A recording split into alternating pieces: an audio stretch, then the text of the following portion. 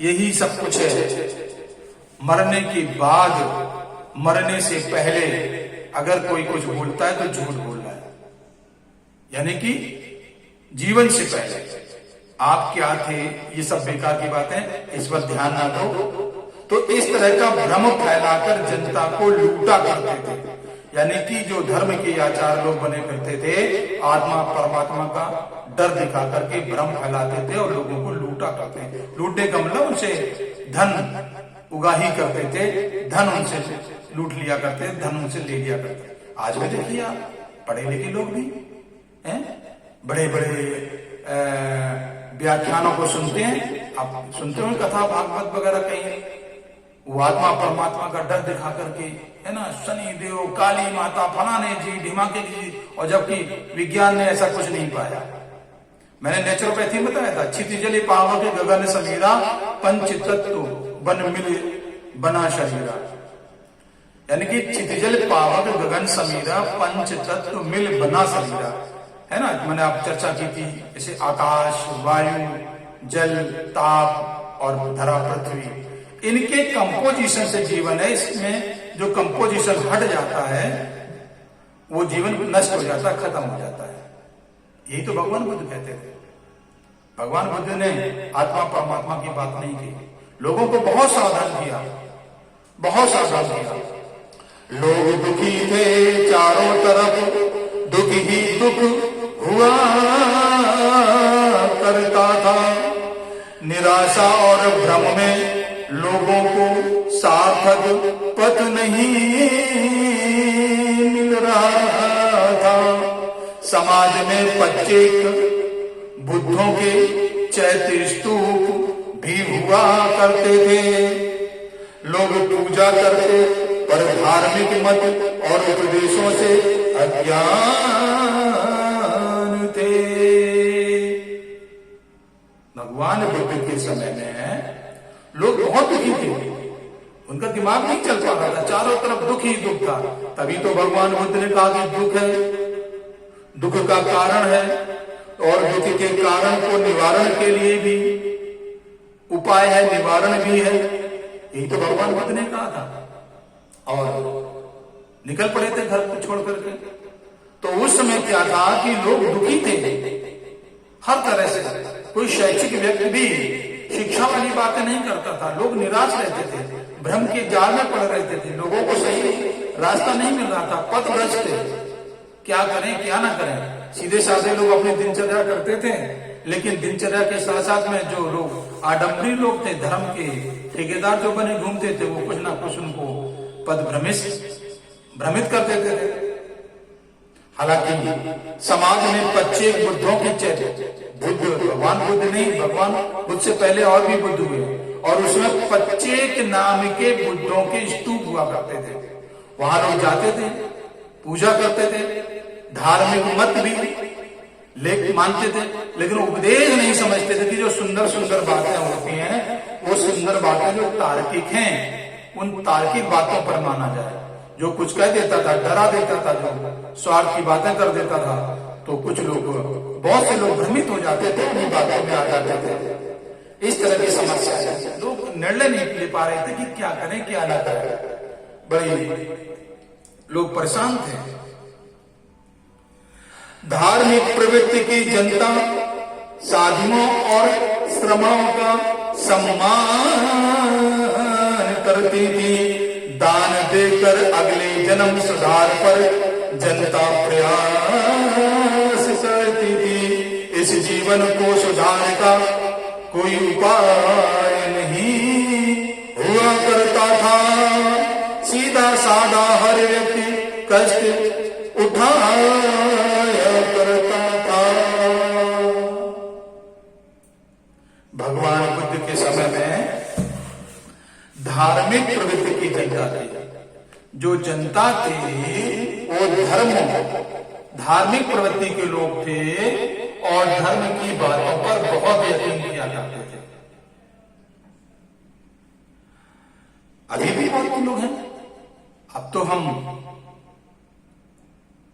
2023 में चल रहे हैं, लगभग उतना ही समय हो गया है, डबल टाइम हो चुका है। आज की डेट में भी हम लोग साधुओं का, संतों का सम्मान करते हैं, धार्मिक प्रवृत्ति के लोग होते हैं, लेकिन सम्मान जो आम जनता सीधे साधे लोग करती है तो उसका क्या करते हैं, वो उनको ठग लेते हैं, सच्चा सीधा समझ करके उनको बेवकूफ बनाने की कोशिश करते हैं। तो उस समय भी साधु संत श्रमण होता है समन लोग, यानी भगवान बुद्ध के समय में दो तरह के लोग थे, समन जाति के और वमन जाति के। वमन होता है ब्राह्मण, ब्राह्मण एक अपना धर्म है, तो ब्राह्मण धर्म के लोग थे, और समन को श्रमण कहा गया बाद में, और समन थे। तो जिस वर्ग से मैं हूं या हम लोग हैं, मूल निवासी, हम लोग समन लोग हैं, और जो वैदिक को मानते हैं वो ब्राह्मण लोग हैं। तो उस समय ब्राह्मण और समन यानी श्रमण दो तरह के लोग थे। सभी लोग, आम जनता जो थी, उस साधुओं का सम्मान करते थे, दान देते थे, दान देकर अगले सुधार पर, ये समझने की बात है, यही बेवकूफ बना देते थे। जनता दान भी दे रही है, तो धार्मिक प्रवृत्ति के लोग हैं, कह रहे अभी आज दान दो, अगले जन्म में कल्याण होगा, लोग उसी के पीछे पड़े रहते थे, जबकि ऐसा नहीं होता है। आज पढ़ोगे, आज मानोगे तो आज ही फल मिलेगा। इसी समय में बच्चे को विज्ञान पढ़ाओगे, संविधान पढ़ाओगे, इंग्लिश की शिक्षा दोगे, अच्छी अच्छी लैंग्वेजेस पढ़ाओगे, समाजशास्त्र पढ़ाओगे, मैथमेटिक्स पढ़ाओगे, तो बच्चा पढ़ लिख करके यही अच्छा बनेगा, अगले जन्म में नहीं बनेगा। और उस समय क्या बेवकूफ बना दिया करते थे कि जन्म सुधार पर जनता प्रयास करती रहती थी, दान भी दिया, बेवकूफ बने, और अगला जन्म सही हो जाएगा, इसलिए इस जन्म में अच्छे काम कर लो, अच्छे अरे भैया इस जन्म में अच्छे काम करो, यही फल मिलेगा, इसी जन्म में ही फल मिलेगा। भगवान बुद्ध ये कहते थे कि यदि बच्चे को, यदि आप सब लोग, हम लोग अगर पढ़ने की कोई उम्र नहीं होती, संविधान कभी भी पढ़ लो, हमारे पास संविधान रखे हुए हैं, आपको मैं दिखाता हूं, ये देखिए,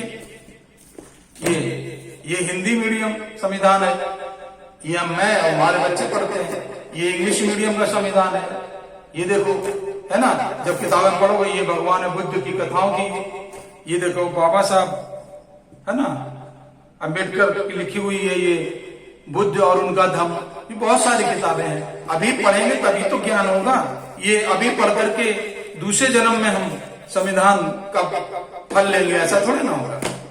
इसी जन्म में यदि संविधान पढ़ेंगे तो हम देश की कानून व्यवस्था को मानेंगे, स्ट्रांग बनेंगे, लोग हमें बेवकूफ नहीं बना पाएंगे। आप बात समझ रहे हो? भगवान बुद्ध ने बहुत अच्छे लॉजिक ढंग को बताया, लॉजिक मानने को कहा है।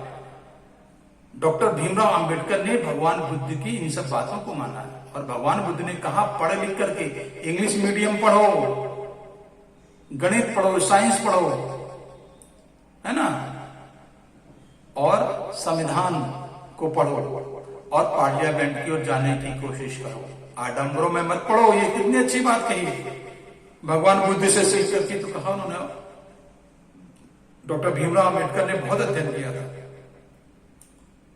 तो वही तो उस समय की जो जनता थी, बेवकूफ बनाई जाती थी। इस जीवन को सुधार का कोई उपाय नहीं हुआ करता था। भगवान बुद्ध ने देखा कि लोग आडंबर सिखा रहे हैं, अभी कल परसों, अगले महीने, अगले साल किस तरह से सुधार होगा, ये बातें नहीं होती थी। अभी करो, इस जन्म में करो, अगले जन्म में फल मिलेगा, ऐसी ऐसी बातें करते थे। तो यानी कि इस जीवन को सुधार का कोई उपाय नहीं हुआ करता था। सीधा साधा हर व्यक्ति कष्ट उठाया करता था, और सीधे साधे लोग ही तो जाते हैं कावड़ लेने के लिए। आपको क्या लगता है, LLB वाला जाता है, या MBBS जाता है, या मेरे जैसा मास्टर जाता है बौद्धाचार्य? नहीं जाएगा। भैया इंग्लिश मीडियम पढ़ाऊं, साइंस भी पढ़ाऊं, नहीं जाऊंगा। चिति जल पावा गगन समीरा, पंच तत्व मिल बना शरीरा, ये जानता हूं। तो यही तो मैं सबको कहना चाहता हूं इस भगवान बुद्ध की कथा के माध्यम से। वैज्ञानिक बातें सुनिए, समझिए, तर्क पर चलिए। यही भगवान बुद्ध कहते हैं, डॉक्टर भीमराव अंबेडकर ने यही कहा, और जितने आप फोटो हमारे पीछे देख रहे हैं, इन सब लोगों ने यही कहा ये सारे के सारे मूल निवासी थे। और क्या था उस समय सुने, ब्राह्मण पुरुष शिक्षा लेते थे। बड़े रिमार्केबल बात है, बहुत इंपॉर्टेंट बात है। ये उन लोगों के लिए जो कांवड़धारी थे, उन लोगों के लिए जो धर्म के नाम पर लड़ाई कर देते हैं। अभी आपने हरियाणा में देखा, क्या वो एलएलबी वाले हैं या एमबीबीएस लोग हैं? ये वही लोग हैं जो पद भ्रमित कर दिए गए हैं। कैसे? ब्राह्मण पुरुष शिक्षा लेते थे। भगवान बुद्ध के समय में भी कि सिर्फ ब्राह्मण पुरुष ही शिक्षा ले पाएगा। ब्राह्मण पुरुष शिक्षा लेते, पर ब्राह्मण स्त्रियां शिक्षा से वंचित रहा करती थी। ब्राह्मण स्त्रियों को भी शिक्षा लेने का अधिकार नहीं हुआ करता था। यानी कि ब्राह्मण स्त्रियां भी शिक्षा नहीं ले पाती थी, उनको भी शिक्षा का अधिकार नहीं था। फिर क्या बात थी? फिर बात यह थी कि राजा के हिसाब किताबें और मुद्राएं संभालने का दायित्व था। यानी सॉरी, लाइन थोड़ी सी ये माइक जो है ना थोड़ा गड़बड़ा गया था, इसलिए ध्यान भटक गया था। यानी कि ब्राह्मण पुरुष शिक्षा लेते, पर ब्राह्मण स्त्रियां वंचित थीं। ब्राह्मण स्त्रियों को भी शिक्षा लेने का अधिकार नहीं था। ये बहुत बड़ी चाल थी उस समय। अपने ही धर्म में स्त्रियां भेदभाव की शिकार थी। यानी कि ब्राह्मण पुरुष ही शिक्षा ले सकते थे। ब्राह्मण वर्ग में लड़कियों को, स्त्रियों को शिक्षा लेने का अधिकार नहीं था। आप देखिए आप कितना बड़ा भेदभाव था। तो ये धर्म कितना बेकार था, ब्राह्मण धर्म। क्षत्रियों को शिक्षा का अधिकार, क्षत्रियों को शिक्षा का अधिकार था, पर अस्त्र शस्त्र ही सीख सकते थे। शिक्षा का अधिकार यानी कि वहीं तक था कि आप हथियार चलाओ और उनकी रक्षा करो, बस इतना ही अधिकार था क्षत्रियों को। यानी कि अस्त्र शस्त्र ही, यानी तोप कैसे चलाई जाती, तलवार कैसे चलाई जाती, भाला कैसे चलाई जाती है, ये शिक्षा ले सकते थे। और कोई शिक्षा, नैतिक शिक्षा, विज्ञान शिक्षा, समाज शिक्षा, कानून की शिक्षा, ये कोई शिक्षाएं, चिकित्सा की शिक्षा, ये ठाकुर नहीं ले सकते थे। सिर्फ मारकाट रक्षा की शिक्षा ले सकते थे। उच्च वर्ग के लोगों की रक्षा का दायित्व निभाया करते थे। यानी कि ब्राह्मण धर्म की व्यवस्था के अनुसार ब्राह्मण शिक्षा ले सकते थे, लेकिन उनकी स्त्रियां शिक्षा नहीं ले सकती थी। ठाकुर पुरुष एक शिक्षा ले सकते थे, लेकिन वो उतनी ही शिक्षा ले सकते थे कि वह उच्च वर्ग के लोगों की रक्षा का दायित्व निभा सकें। अस्त्र शस्त्र के माध्यम से इतनी ही शिक्षा ले सकते थे। ये व्यवस्था बना रखी थी। वैश्यों का व्यापार और लेन देन करने की शिक्षा का अधिकार था। ब्राह्मणों ने वैश्यों को भी नहीं छोड़ा। वैश्यों को ये कहा कि तुम हिसाब किताब रखने तक ही शिक्षा ले सकते हो, यानी कि मुनीमगिरी कर सकते हो, उनके लेख जोग का काम कर सकते हो और कुछ नहीं। आप धर्म की शिक्षा नहीं ले सकते हैं, आप नैतिक शिक्षा नहीं ले सकते हैं, आप कर्मकांड की शिक्षा नहीं ले सकते हैं, आप चिकित्सा की शिक्षा नहीं ले सकते हैं, आप और तरह की शिक्षाएं नहीं ले सकते हैं। ये बनियों के लिए, वैश्यों के लिए व्यापार और लेन देन तक ही सीमित रखा था। राजा के हिसाब किताब और मुद्राएं संभालने का दायित्व था कि राजा के यहाँ वो हिसाब किताब रखे। राजा किसी भी वर्ग का हो, वैसे तो देश में मूल निवासी हुआ करते थे राजा, लेकिन ये ब्राह्मणवादी लोग वहां मंत्री बन जाया करते थे, इस तरह से व्यवस्था चलाया करते थे, तो वो बेवकूफ बना दिया करते थे। और क्या था, शूद्रों को किसी भी प्रकार की शिक्षा पाने का अधिकार न था। ये बहुत बड़ी पंक्ति है कि शूद्रों को किसी भी प्रकार की शिक्षा पाने का अधिकार न था। शूद्र का मतलब ये है कि एक ब्राह्मण हो गया जो कर्म कांड पढ़ता था, दूसरा जो रक्षा करता था, हथियार वगैरह रखता था, तीसरा जो लेन देन व्यापार करता था। ये वर्ग बांट दिए थे। इनके अलावा जितने बचे हुए हैं वो सारे के सारे शूद्र हुआ करते थे। तो वो सारे शूद्रों को पढ़ने लिखने का अधिकार नहीं था, इनका क्या अधिकार था सुनो। शूद्रों को किसी भी प्रकार की शिक्षा पाने का अधिकार न था। ब्राह्मण, क्षत्रिय, वैश्यों की सेवा का दायित्व शूद्रों का था। यानी कि ब्राह्मण, क्षत्रिय और वैश्य, इन लोगों की हर तरह की सेवा करने का अधिकार सिर्फ शूद्रों को ही था। बस शूद्रों को यह अधिकार था, यानी कि सेवा करने का काम दिया गया था। तो अब आप समझिए भगवान बुद्ध ने कितना काम किया हम लोगों के लिए। भगवान बुद्ध ने अपने संग में ऐसा नहीं किया। भगवान बुद्ध ने महिलाओं को पुरुषों के बराबर अधिकार दिए, शिक्षा का अधिकार और धार्मिक अधिकार, हर प्रकार के अधिकार दिए। उन्हीं को पढ़ के डॉक्टर भीमराव अंबेडकर जी ने इस बिगड़े हुए समाज में संविधान के माध्यम से शूद्र और समस्त महिलाओं को पढ़ने लिखने और पुरुषों के बराबर अधिकार दिलाए। तो बोलिए भगवान बुद्ध की जय, बोलिए डॉक्टर भीमराव अंबेडकर की जय। शूद्र वर्ग के लिए भगवान बुद्ध और डॉक्टर भीमराव अंबेडकर ही महान हैं, और इनके अलावा और भी महान है, जैसे कि हमारे चित्र में देख रहे हैं। तो ब्राह्मण, क्षत्रिय, वैश्यों की सेवा का दायित्व शूद्रों का था। घोर अत्याचार, अनाचार, अब आप समझ लीजिएगा, सिर्फ ब्राह्मण पुरुष ही पढ़ सकता था हर प्रकार की शिक्षा, बाकी सब लोगों के लिए भेदभाव था। अगर शिक्षा लेने का अधिकार चाहता था तो उसके साथ अत्याचार होता था, अनाचार होता था, भेदभाव होता था। ऐसा वातावरण उस समय फैला हुआ था भगवान बुद्ध के समय में। भगवान बुद्ध ने जन्म लिया दुख मिटाने को भारत देश में। घोर अत्याचार, अनाचार, भेदभाव के वातावरण में भगवान बुद्ध ने जन्म लिया दुख मिटाने को भारत देश में।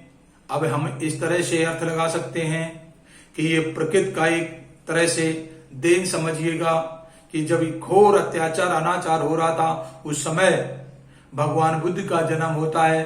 भगवान बुद्ध के जन्म के बाद जब वो बड़े होते हैं, शिक्षा प्राप्त कर लेते हैं, ज्ञान प्राप्त कर लेते हैं, ज्ञान प्राप्त करने के बाद में फिर वो इन सब अत्याचार, अनाचार, अंधविश्वास, पाखंड को दूर करने का पूरा प्रयास करते हैं और धम्म निर्माण करते हैं, संघ निर्माण करते हैं, संघ की स्थापना करते हैं। और इस तरह से उन्होंने बुराइयों को दूर करके अच्छाइयों की ओर मार्ग दिया है। तो बोलिए भगवान बुद्ध की जय, बोलिए चीवरधारी की जय, बोलिए विश्व गुरु महान की जय। आशा है कि भगवान बुद्ध के समय की इन समस्याओं को समझकर आपके दिमाग में कुछ अच्छी बातें आई होंगी और आडंबरों को दूर करके आप अपने बच्चे, भाई बहन, भतीजे को अच्छी अच्छी बातें बताएंगे कि भगवान बुद्ध जो कि हमारे समन थे, मूल्यवासी थे, उन्होंने हम लोगों को आडंबर, अत्याचार, अंधविश्वास से दूर करने का बहुत प्रयास किया। डॉक्टर भीमराव अंबेडकर ने तो संविधान बना दिया, हमको ये बात माननी चाहिए। तो बोलिए भगवान बुद्ध की जय, बोलिए डॉक्टर भीमराव अंबेडकर की जय।